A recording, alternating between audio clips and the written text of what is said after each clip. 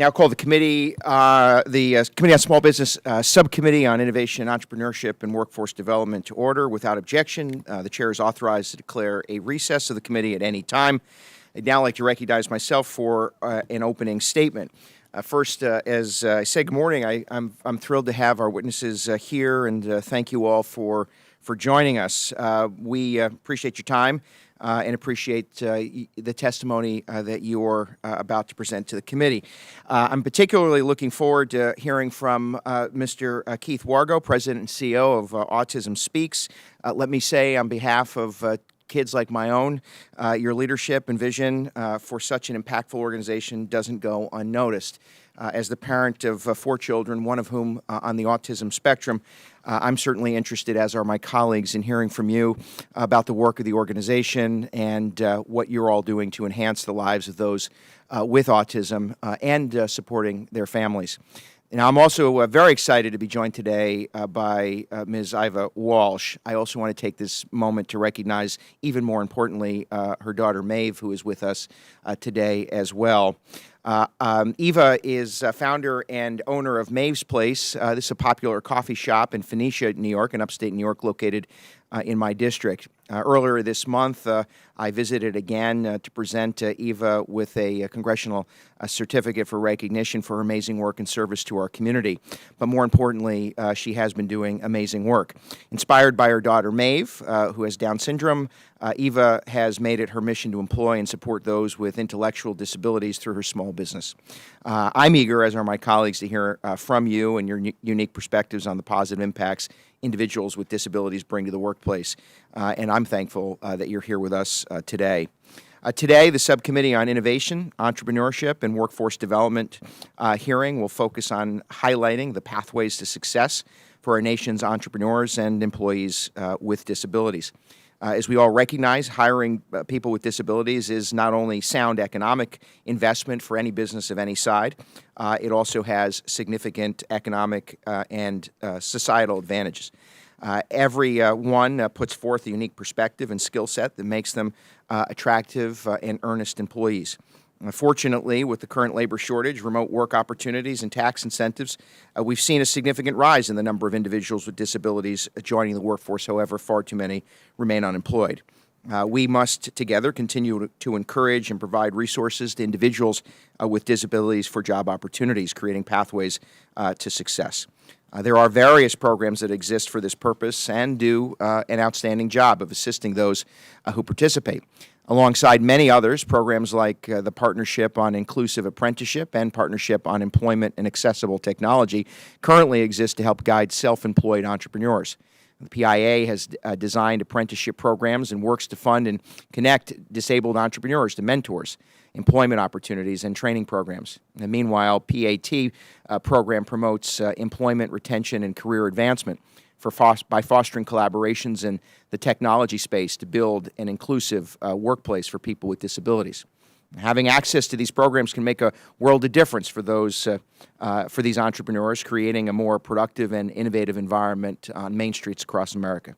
Furthermore, in the post-pandemic workforce, unique employment opportunities have arisen for people with disabilities. Now, research has shown that people with disabilities are highly motivated to work, can create a more positive work environment, and are more loyal and less frequently absent from their employment. While entrepreneurs and employees with disabilities may face significant barriers to entry when considering opening a business or applying for a job, it is critical we continue to promote the opportunities available to them and ensure this community has access to the resources needed to thrive. And no matter the role, every unfilled position on Main Street represents a missed opportunity for a small business to serve its local community, increase their bottom line, and grow its operation. As policymakers, we must improve our understanding of those barriers faced by those in this area of the workforce, as well as to encourage future participation as we prepare the next generation of people with disabilities to enter the workforce. Now, I hope today's hearing can help shape how Congress can work to promote the initiatives that already exist and produce additional legislation and initiatives to pave pathways to success for entrepreneurs and employees of every ability. I thank our witnesses again for being here today. We look forward to the conversation ahead. And lastly, I would ask unanimous consent to submit a letter from the Consumer Technology Association for the record. and without objection, so ordered. With that, you want to yield to the chairman first, or Mr. McGarvey first? Okay. Apologize. With that, let me yield to my distinguished ranking member from Kentucky, Mr. McGarvey. Thank you, Mr. Chairman. Thank you very much, not just for holding this incredibly important hearing today, but for also being willing to lead and to share your personal experience. I know that's not easy, but we really appreciate it, particularly in this important topic. I'd also like to take one brief moment to recognize, thank you all of our people here testifying today, but I'd like to give a special thanks to Mr. Cody Clark, who came up here from Louisville, Kentucky today. He is the founder and owner of Cody Clark Magic. And as the chairman and I discussed with you earlier, Mr. Clark, we could use a little magic in D.C. these days, so we appreciate you being up here. Every American deserves the opportunity to take a chance on themselves and contribute to society's productive entrepreneurs. This is the fundamental promise of the American dream, that any person in this country can work, they can work hard, they can take risks, and they can hopefully find success. Yet Americans with disabilities, like other groups we see, have fewer opportunities to make this dream a reality. In fact, 74% of people with disabilities do not participate in our nation's labor force. But we can find reasons for optimism through data. Americans with disabilities have a higher self-employment rate than non-disabled Americans. Of Americans, over 33 million small businesses, nearly 2 million are owned by people with disabilities. Entrepreneurship is just as important a path to prosperity for Americans with disabilities as it is for other Americans. Meaningful, full-time jobs are also a critical way to empower people with disabilities to succeed and live independent lives. Still, there are barriers, physical and intangible, that block the way to self-sufficiency and independence for people with different abilities. As we examine the benefits of including Americans with disabilities in the workforce and business community, it is also crucial for us to help them through the gate in the first place. People with disabilities cannot reap the rewards of hard work if they do not first have access to affordable health care. This is why President Biden signed the Inflation Reduction Act and President Obama signed the ACA to make health care more accessible and affordable so Americans can focus on working and owning small businesses. In Kentucky alone, the ACA and Medicaid expansion brought health insurance coverage to over 400,000 Kentuckians for the first time. I say this, the ACA is one of the greatest economic development policies that we ever passed in our state and helps so many small businesses in particular. But there's more we need to do. We need to make it easier for Americans with disabilities to enter the labor force and launch small businesses. We can do this by improving the public programs that serve them and implementing policies that make work and entrepreneurship more accessible through accommodations and tackling ableism. Together, we have the capacity to help unleash the potential that Americans with disabilities have always had. We just need the courage to invest in their success. With that, Mr. Chairman, I ask unanimous consent to enter into the record the written statements of the American Association of People with Disabilities, the National Disability Institute, and the Autism Society of America. Thank all the witnesses for joining us today and yield back. Without objection, so ordered. Thank you, Mr. McGarvey.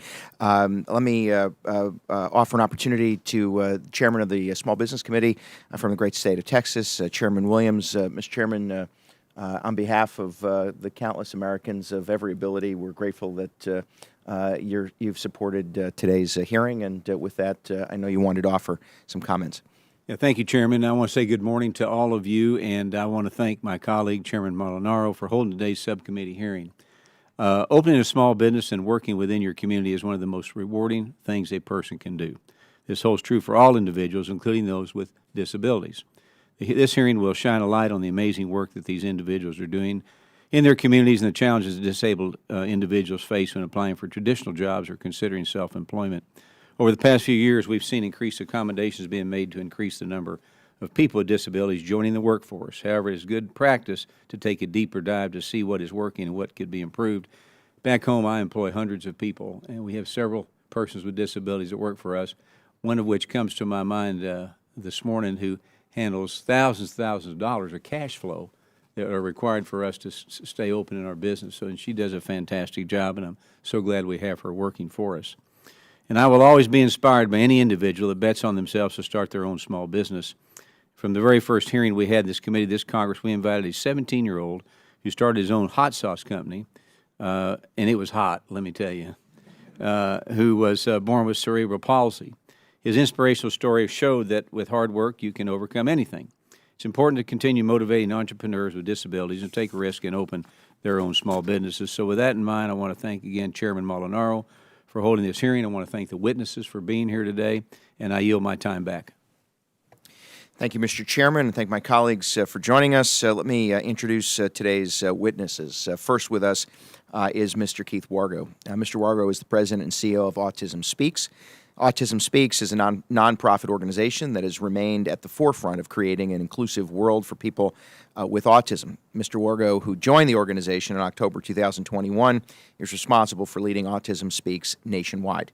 Prior to joining Autism Speaks, Mr. Wargo worked for a number of leading global financial institutions where he developed a track record of building effective teams and helping to grow and scale businesses across sectors. Mr. Wargo was also the owner of Monarch Cypress, an amenity manufacturer with a mission to employ individuals with autism, and developed a long-standing passion for supporting the autism community both within the workplace and beyond. Mr. Wargo graduated from Boston College with a Bachelor of Finance degree and earned a Master's of Business Administration degree from Harvard Business School. And we're grateful that you're joining us here today, and we look forward to the conversation ahead. Our next witness, as I mentioned, is Ms. Eva Walsh. Ms. Walsh is the owner of Maeve's Place, located in Phoenicia, New York. Maeve's Place has been a staple in upstate New York since it opened its doors in 2018. Inspired by her daughter Maeve, who is, again, with us here today, who has Down syndrome, Eva founded this coffee shop as part of her mission to break down barriers for those with disabilities and change the world one cup of coffee at a time. And I have had many cups of coffee. The staff at Maeve's Place intentionally includes a mix of neurotypical and developmentally disabled individuals. The business also works with the ARC Hudson Valley, an organization dedicated to empowering our disabled community on pre-vocational training for adults with developmental disabilities. Ms. Walsh had a deep background in the hospitality industry prior to opening Maeve's Place, managing a catering hall. A native of Prague, the Czech Republic, she moved to Long Island, we won't hold that against her, in 1989 before coming to the Hudson River Valley in 2003. I'm tremendously grateful that you're joining us today for this important conversation and grateful that your daughter, Maeve, is with us. Now let me recognize the ranking member from Kentucky, Mr. McGarvey, to briefly introduce our last witness appearing before the committee today. Thank you, Mr. Chairman. I am excited to welcome Mr. Cody Clark, the founder and owner of Cody Clark Magic. Mr. Clark is a professional magician. He's a motivational speaker, and he is an entrepreneur with autism. He received his diagnosis at 15 months old, but was mainstreamed into his local elementary school where he received the right support and accommodations for academic success. Today, he crisscrosses the entire country as the sole proprietor of an outstanding small business.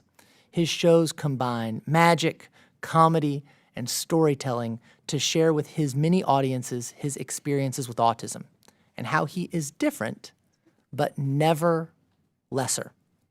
Mr. Clark is also an activist for people with disabilities and draws upon his experiences to advocate vocally for anti-ableism and equal rights for his community. Mr. Clark holds a bachelor's degree in marketing from the University of Louisville, and we are so glad to have you with us today. Thank you, Mr. McGarvey. If Mr. Clark can produce some magic in producing a budget, we'd be thrilled with his work. Before recognizing each of the witnesses, let me just take this moment to remind them that their oral testimony is restricted to 5 minutes.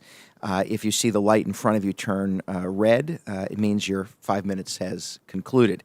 I'll begin to tap and then loudly gavel you out of order, but I suspect that won't happen. And if that light does kick on, please wrap up your testimony. And so with that, let me recognize Mr. Wargo for your 5-minute opening remarks. All right.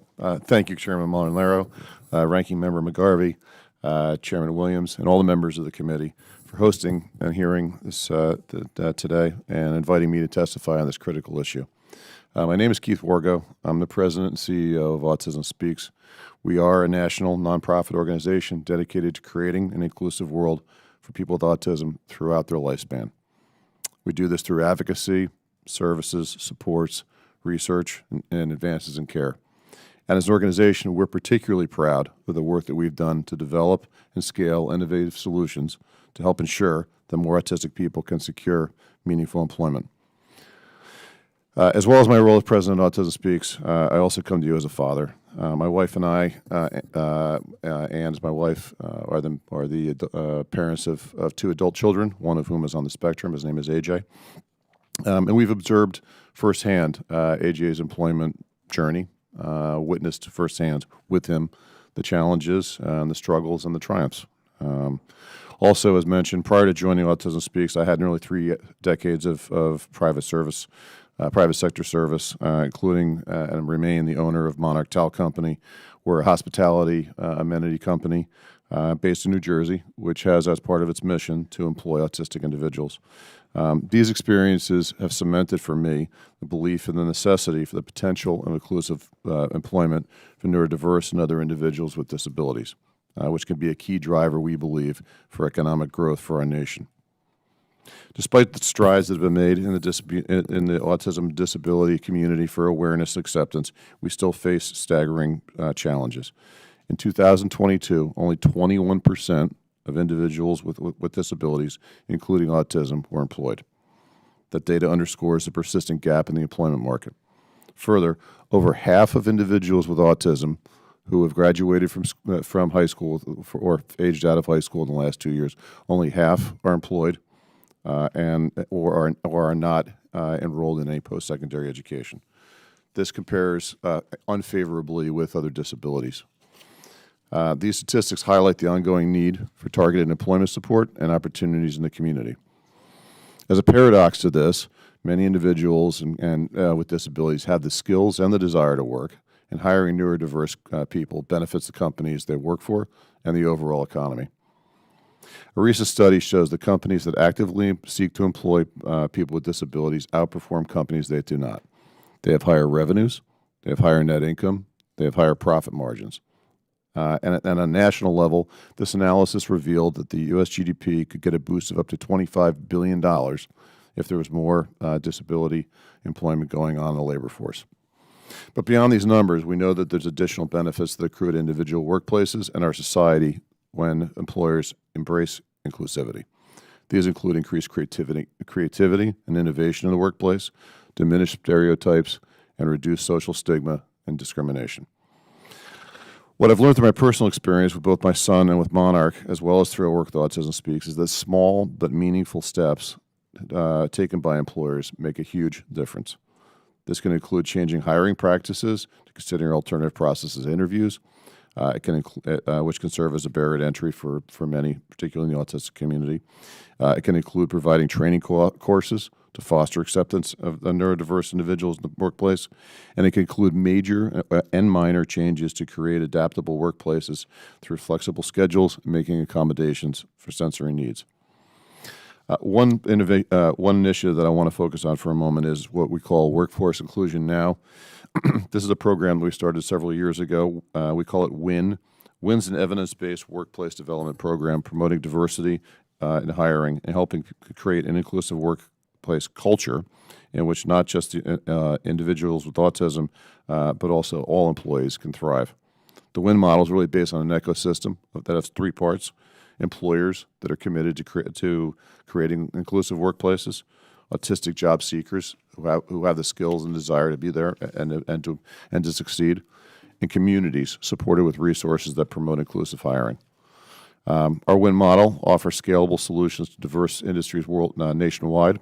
Collaborating with the Virginia Commonwealth University's Autism Center of Education, we've created online courses accessible nationally. These courses emphasize support for higher need individuals, raise awareness of neurodiversity, and provide inclusive workplaces. They cater to autistic job seekers and to employment specialists, covering topics from understanding autism to self-advocacy. And we see this model work, one example being Greif, formerly named Lee Container, which is a national leader in industrial packaging. In their Iowa facility, our collaboration led to them hiring multiple non-traditional employees, making alongside operational changes. It has been a true success. Mr. Wargo, I'll have to ask you to conclude. Be happy to continue that conversation and question and answer in just a moment. Thank you, Chairman Nolan. Thank you. And with that, we'll recognize Ms. Walsh for your 5-minute remarks. Thank you, Mr. McGarvey, Molinaro, Alizzi, and Williams for having me here today. And I'm going to go right to it. There are about 7 million people with intellectual developmental disability in the United States. Of those, 80% are unemployed. I am mother of 4 adult children, 25-year-old Maeve, who lives with Down syndrome as well. I have spent my life heavily involved in education and advocacy for my daughter and those with IDDs. I became a small business owner in order to provide a meaningful workplace where Maeve and others like her could learn, succeed, and know the feeling of making their own money. A job promotes self-esteem, independence, and all-around growth as contributing member of a society. Maeve's Place serves breakfast, lunch, and sells retail items. We employ 9 employees, 2 of whom are individuals with learning and developmental disabilities, offering job opportunities from kitchen staff to customer service. Located in Phoenicia, New York, our resources, transportation, and support aid are limited and hard to access, making the obstacles for employer and someone living with IDD more complicated. There is a huge gap between school and starting a job for people with IDDs. While most high schoolers experience weekend or summer jobs, learning employable skills, a person with IDD does not often. Once people with IDDs find work, lack of access to transportation can prevent success. As most people with IDD do not or cannot obtain driver's license, obstacles are not limited to education and transportation. Job coaches are limited, and not everyone who needs one will get one. Some people with IDDs who do get work are unemployed or employed under limiting conditions. Oftentimes, they are in positions with limited customer exposure, work hours, earned income limitations, and if they are working for an employer under 14C certificate, will make less than half federal minimum wage. They must learn skills for jobs which might not have been adapted or modified for their disability, along with navigating in a world with limited accessibility and information. With lack of pre-vocational work training and knowledge of available aid, it's up to employer to ensure the fair hiring and long-term investment into their employee. Cost efficiency, repeated training, and lack of on-hand job coaches play a heavy role in the end decision of hiring a prospective employee. Obstacles to employing people with IDDs can be daunting, but the benefits are great for those who persevere. Employees with IDD are grateful to have their jobs and demonstrate high work quality. They tend to have increased focus, attention to detail, higher enthusiasm, great customer service, and engagement and appreciation for routine, reducing turnover for the company. Maeve has been part of the business for the entirety of the process. Her growth cannot be ignored. Maeve has learned professionalism, the meaning of money, and how to be a fully functioning coworker with her peers. Partnered with ARC of Mid-Hudson Valley in their pre-vocational program. Once a week, 3 to 5 individuals from age 20 to 40 need of work experience and exposure come to our shop to learn and practice different tasks from in-kitchen prep to customer service. We have been told that we are the only partner location which allow the ARC individual to process sales, manage money, and to use a cash register. The partnership with ARC also brings our small community exposure to different people with different disabilities. It benefits everyone as well, as we all become more informed of the problems and solutions that people with IDDs face. In our shop, diversity, it's not only appreciated, but it's celebrated. Small businesses and rural communities need more tools in place to support with effort to employ people with IDDs. These would include internship opportunities, direct affordable transportation access, and incentives to employers. Internship opportunities such as Project Search program in New York City would be a vital addition to our area.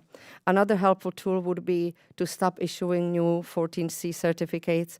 In closing, I like to consider how important your job is to you. Our jobs define us, make us whole, and give us purpose. This should be achievable to every individual, regardless of ability.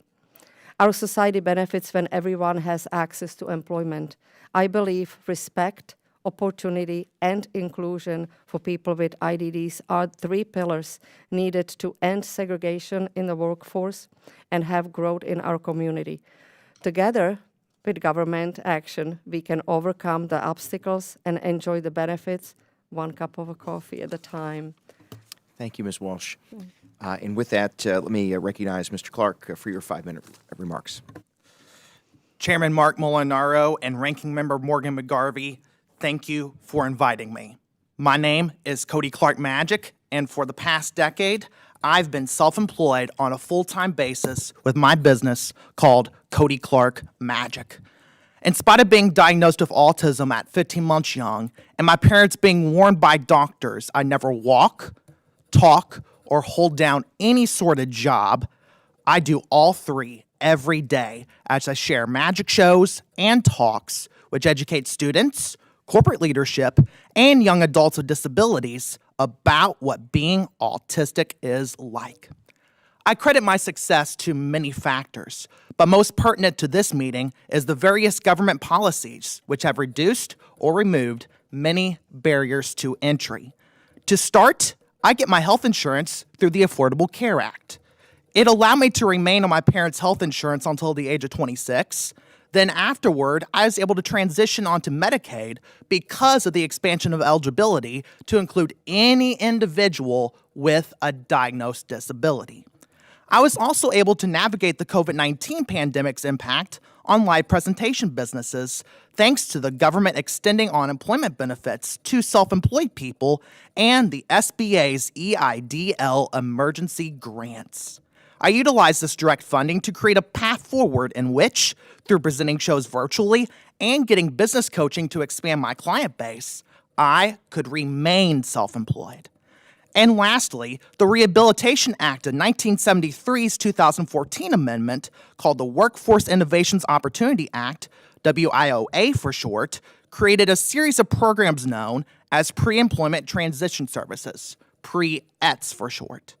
These programs are a large portion of my client base, and I admire how program participants are given the personal agency to determine their own career path, at least for the most part.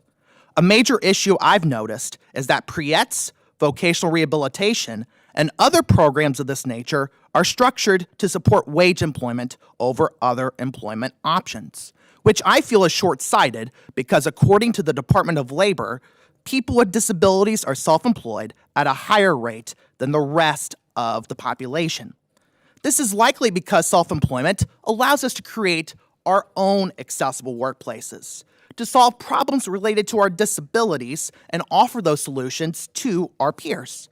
Because many wage-based positions for people with disabilities are on a sub-minimum wage salary, and because Social Security's disability payments require asset and monthly income caps, few wage-based positions fall within.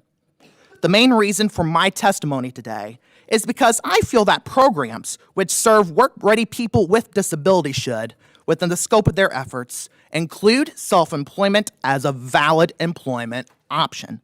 This can be accomplished by plugging resources currently available from programs like SBA into existing pre-ETS and vocational rehabilitation program structures, by extending pre-ETS's philosophy of factoring in personal agency into all forms of disability services, and to make direct support and funding of self-employed businesses as a whole a normal practice. I am thankful to live in a country whose policies have directly enabled me to live my dream of being a professional magician and autism advocate. I testify so that the policies I benefited from can be ones other disability-owned businesses can benefit from too. By enabling people with disabilities to become self-employed, if that's their goal, we can take the blank check that we know as American life, and as our founding fathers have said all the time, we can help people with disabilities have life, liberty, and full pursuit of happiness. And by the way, there's your budget. Thank you for this honor. Thank you, Mr. Clark. I don't know if that was the first magic trick performed before the Small Business Committee, but we certainly appreciate certainly could use more of that. Thank you all very much. We'll now move to the member questions under our 5-minute rule, and for that purpose, I'll recognize myself for 5 minutes. Let me offer in 2015, I launched an initiative called Think Differently in my home county, meant to break down barriers and create opportunities for all those of every ability.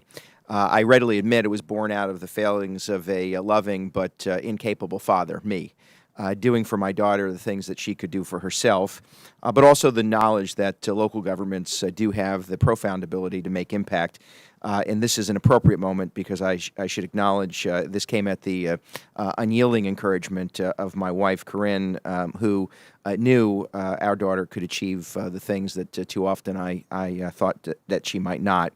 Let me offer that, and we've touched thousands upon thousands of lives, and really has become a model at the local level.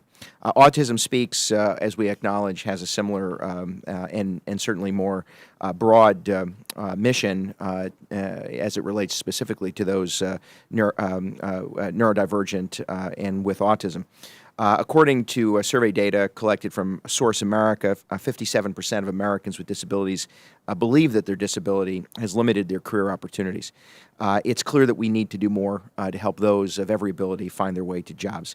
Mr. Wargo, if you could, let's just speak for a moment, if you would speak for a moment of some of the lessons learned that you can share with businesses who want to employ those with disabilities. Yes, thanks. Thank you for that.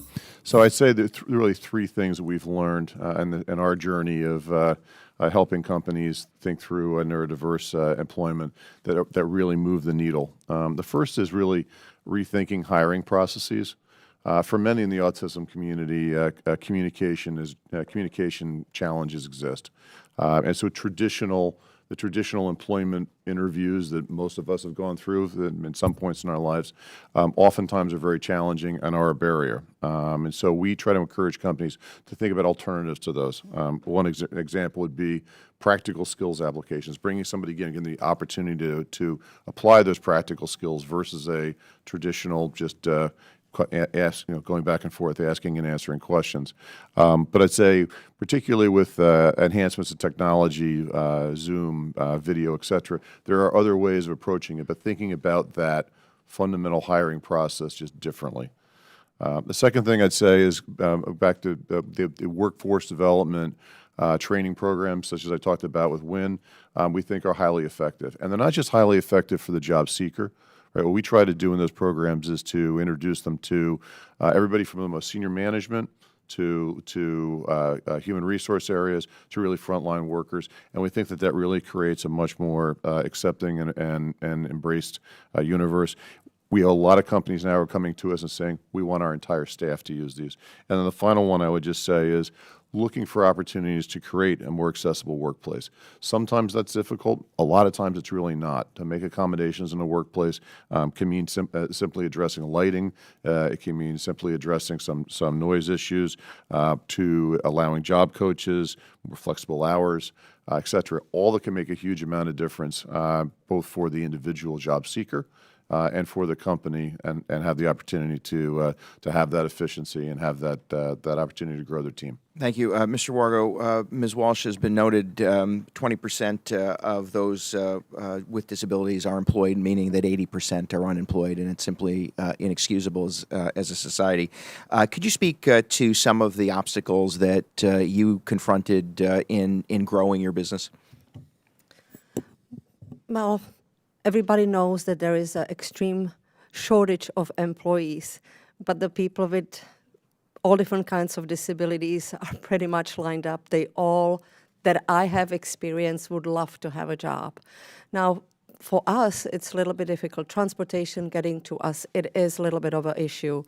When I'm hiring people to my coffee shop, people with disabilities, they get it's a little bit different hiring process. I'm not gonna ask, this is what I need you to do, but my question is, what you are at best, what you can do, what's your best thing that you do? And then we go from there. People without disabilities, the question first that I would ask is, can you work shoulder to shoulder with somebody with all different kinds of disability and ability? A lot of people might be uncomfortable, and I said, please voice out whatever it is, and let's see if we can help you cross the bridge. And you're gonna be surprised how much you're gonna enjoy really working with somebody who has some sort of disability. Thank you, Eva. My time's expired, but I do want to thank you. And with that, I'd like to recognize Mr. McGarvey for 5 minutes. Thank you, Mr. Chairman. Thank you again for sharing your stories with us. Thank you all for being here and sharing your stories. This is really inspiring. Mr. Clark, thank you. I've not been here very long, but I'm just going to go out on a limb and say that's the best magic trick ever performed in the Small Business Committee. So we appreciate you. Thank you. You being here. Thank you also for telling us about a vulnerable time for your business during the pandemic. I think that is something that is small businesses across our country experience, regardless of where you are or who you are. And I'm glad to hear that you were able to navigate that with the resources available to you. I think the beauty of owning a small business is what you're talking about. And what I hear from you, Eva, as well, with one cup of coffee at a time, it's that ability to showcase your passions, to put your dreams out there and hopefully find success. I think that's why we need to continue to work to promote opportunities for self-employment. I think it's why we have to continue to decrease these barriers to entrepreneurship and make sure that everyone has access to the support they need to start their own business. Mr. Clark, one of the things you mentioned was access to affordable health insurance as a key driver of your ability to start a business or even just keep stable work. If you didn't have access to health care that met your needs, would you be able to consider working or owning a small business? Very unlikely, because although not impossible, it is much harder for self-employed businesses to find affordable health insurance given the way most health insurance companies work. So there would have been a lot more barriers present than with the Affordable Care Act. And what that's done for me is allow me to have the health insurance and take a major expense off the table. And I will give my home state a plug here. Kentucky did a wonderful job implementing the Affordable Care Act, and we've had a lot of people benefit from it. How important was that to you in preserving and expanding the access to health care that entrepreneurs and employees with different abilities need? Well, being able to not just have access to affordable, or in my case, free health insurance, but to be able to make it as easy and plain as day so that we don't have to sacrifice time. We could be building our business to instead go find health insurance. That is freeing in multiple senses of the word. Thank you for that. I'm going to open this up to the whole panel. I'm a lawyer by training. They say in court, never ask a question to which you don't know the answer. This is not court. This is one where we don't know the answer, and we want it. We want you to tell us, which is, you all have a lot of expertise. And as we all know, workers with disabilities, they add tremendous value to the businesses they serve. Too often, though, employers are unaware of this fact, I think, and they might choose not to hire an applicant with differing abilities. How can we best engage businesses on the benefits of hiring people with disabilities and moving past misguided reservations, particularly from a policy standpoint? I just open it up. Yeah. I'll go. I think really by employing people with disabilities in communities and show everybody else around is quite possible, and it's really beneficial to business. As I mentioned before, it's a long-term investment in your employee, but once you really go past the training and everything else, they will never leave you. You're gonna have amazing employee for life. Mm-hmm. So really showing that to community and modifying a job, or that is just really what's needed. Yeah, I mean, I'll say I was looking at the SBA information about diversity employment and neurodiverse employment last night on the website. I found it to be quite impressive. So I say there's a good start there. I'd say it's enforcing and encouraging policies that will provide benefits, tax incentives, et cetera, to programs. But importantly, I think one thing I want to emphasize is that oftentimes a lot of programs are designed to provide an upfront payment to make an accommodation, whether it's a physical or otherwise. And some in our community, particularly in the autistic community, what's more appropriate is ongoing support. So whether that's a job coach or some kind of training that continue on, it's assisted technology and that sort of thing being put in place up front is fantastic for many, but it's not applicable to both. So that kind of flexibility of thinking through the different needs there as we design programs that have benefits and incentives are important. Thank you. My time is up. I yield back. Thank you. With that, I'd recognize Representative Elsie from Texas.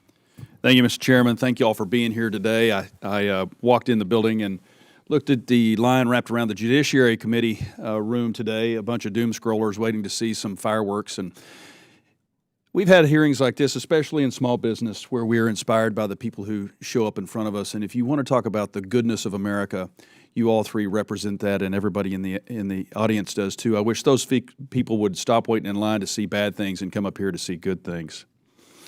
Integration and inclusion must be central to any of these initiatives we're talking about. One of the barriers individuals with disabilities face is bias from employers in the hiring process. Often education and training programs for individuals with disabilities are done in isolation, and as a result, individuals responsible for hiring don't understand the idiosyncrasies of individuals with disabilities and often misinterpret them. And as a veteran myself, that sounds like a very familiar refrain from a very large and willing group of people who want to work hard, both veterans and the folks that we're talking about today, and they're an untapped resource for this country. I'd like to start with Mr. Wargo. If kids are in kids with disabilities like your sons are in school sometimes until 21, what's one thing in our limited time that K through 12 could do better to integrate and prepare young folks for employment? Thanks for your question. I think that the one thing that would make a material difference would be to start vocational rehabilitation earlier. Vocational rehabilitation, and we work closely with numerous VR systems through our work, but they're underfunded, they're under resourced. And depending on the area of the country, it can be a real desert and a real pocket. That's starting early in the high school years, making it part of a student and a young individual's IEP and trying to map out that destination together. VR it can be a very, very important part of that. I think that would be the one thing I'd point to. Thank you very much. Ms. Walsh, ahoy, dobrý den. Glad you're here. Mr. Chairman, I think we made a mistake here. We should have taken the 5-hour and 20-minute road trip up to Phoenicia to Maeve's place, because I've been perusing your website. And in addition to Maeve having a beautiful smile that's, I'm sure, drawing everybody into your shop, I see this cake here, and I don't know what that is, but I'm suddenly very hungry, and I've been looking at the 5-star reviews of your shop, and I think it points to, when you talk about folks like Maeve, outstanding customer service, a beautiful smile, joie de vivre. That's from Texas. I know what that means. But the wonderful environment that you've provided your customers and your daughter is an inspiration to all of us. And so I want to do a Codell. If I may suggest a Codell to Phoenicia, it's 5 hours and 20 minutes. We do have to drive through New Jersey. But I'm willing to take that adventure and go do that. So thank you for being here. Without objection, so approved. So truly an inspiration. Maeve, you're an inspiration too. And Cody, did you tell me that your doctors said that you would never speak? Oh, I'm repeating what my parents told me, but yep, that's what they've told me happened. That you would never, that doctor needs to have that license pulled, because one of your gifts is the ability to speak. And I've been looking at your website too. By the way, it's anybody listening, looking to employ Cody, it's codyclarkmagic.com. So check it out, give him a holler. You too are an inspiration too, because you have literally pulled yourself up by your bootstraps. I don't think anybody would have any idea that at 15 months how you were diagnosed. And so the love of your parents here. Unfortunately, they couldn't make it here. They're at home in Louisville, but I have a feeling based on my phone vibrations, they watched the live stream. Okay. And what are their names? Andrew and Christy Clark. Andrew and Christy, thank you for not giving up on your boy and helping him out. This is kind of an emotional type of a hearing, and I'm so proud that you have put this together, Mr. Chairman, and thank you all for being here. I yield back. Thank you, Mr. Elsie. I would note that Mr. Clark speaks better than, some members of Congress, not all members of Congress. With that, let me recognize my colleague from California, Ms. Chu. Thank you all for testifying today. You certainly give compelling testimony as to why we should encourage people with disabilities to become entrepreneurs and also why we should hire people with disabilities. Mr. Clark, your business has led you to interact with a number of vocational rehab programs and services which help young people with disabilities identify their career goals and prepare for employment as they enter adulthood. However, I was concerned to hear you say that many of these programs don't seem well equipped to provide students with information about starting a small business. Considering that many people with disabilities choose to become self-employed, it's crucial that we ensure that they have all the information and resources that they need to make the best decision for their futures. So when you decided to pursue entrepreneurship and begin the process of planning and launching your business, what resources did you take advantage of? And how should today's vocational rehab programs be expanded to include business development and entrepreneurial skills resources? Great question, Miss. Is it Chu? Yeah. Yeah, great question, Ms. Chu. I was given a vocational rehabilitation counselor by my high school, but unfortunately, they pretty much admitted all we can do for you is get you state-funded driving lessons. Although, given that Mr. McGarvey's right, I do travel all over the country through driving and flying. That was a big help. But otherwise, they were like, So the good thing about these programs is that they're already well structured. So all they have to do is include the SBA alongside including the local businesses that also come into these programs. The structures are there. We just need to plug SBA counselors in, other self-advocates like myself in, and potentially colleges of business. Very good. And also, Mr. Clark, you talk about not being able to qualify for Social Security disability insurance. There's a complex set of rules and regulations, including strict income and asset limitations, and they govern the public's access to benefit programs such as SSDI, Medicare, and Medicaid. And yet, these programs can be essential to ensuring that people with disabilities can meet the cost of living. But you talk about the fact that the asset requirements are so low that you and your family have almost never qualified. So based on your experiences helping young people with disabilities as they transition to adulthood, how have you seen these income and asset restrictions influence the people of ability with disabilities to decide whether to launch a small business or join the workforce? How do you think these asset restrictions should be changed so that people with disabilities can be helped as they pursue their dreams? Well, with this being the Small Business Committee, I'm sure we would understand that restricting yourself to $6,000 in assets, not cash, but assets, period, in exchange to receive only $19,000 a year, that is not a good business deal by any measure. And a lot of people with disabilities are having to choose not just between self-employment and receiving Social Security, but any employment and receiving Social Security. So it should at least be raised from $6,000. And in an ideal world, there should be no limit, but I know it's not an ideal world, but one that's way higher than it is right now. And although this is not quite a business issue, there's lots of people with disabilities who can't even get married because it's the joint couple's income that's considered in that. And Mr. Clark, right now, many employees with disabilities are paid at or even below $3.50 an hour, which is under half the federal minimum wage of $7.25 an hour. What do you think about this? And should employers pay so much less than what the minimum wage is? My simple answer there is no, that we should be at the very least at the same minimum wage as the rest of our country's citizens are, and ideally paid to reflect our true worth. That is a big reason I considered self-employment, because along with the risk is the reward of no income limits at all. And that's one reason such a high percentage of us are self-employed. If the only other options are a $3 wage and the abuse from employers that invites, might as well go big and own a business.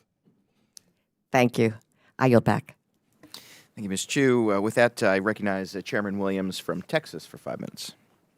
Thank you, Mr. Chairman. This is a great hearing. We're so glad you all are here. And Mr. Wargo, your testimony makes it clear how the beneficial Autism Speaks Win program is for both employers hiring people with disabilities and individuals seeking employment. So can you tell us about the economic and cultural benefits of hiring individuals with disabilities? We've talked a lot about that, but I know there's more that we can talk about. So if you would do that.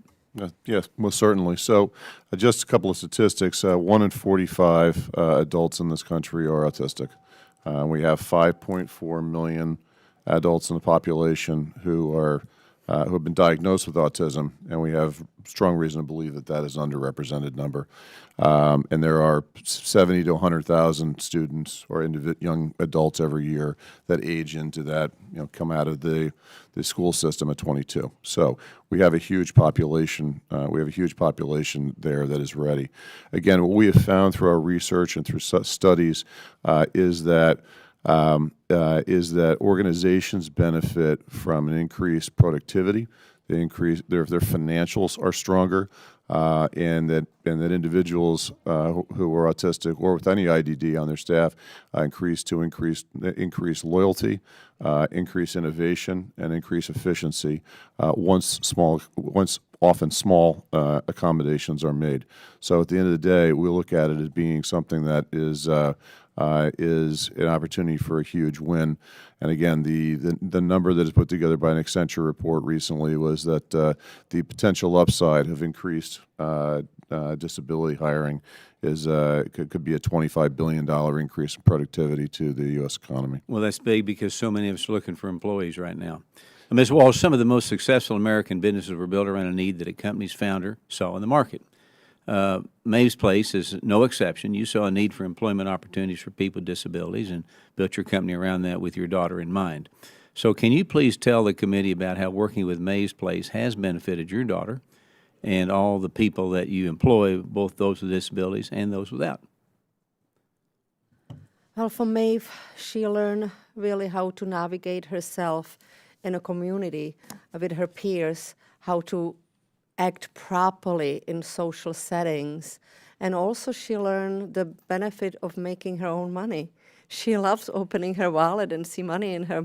And if she doesn't see any more money, if she doesn't see money in her wallet, she said, I have to go back to work. So, I mean, and until then, learning this in school and pretending play, so to speak, how you work, what you do, that really didn't click. Mm-hmm. Really being in a job place and doing a real thing, that really made a huge difference for her.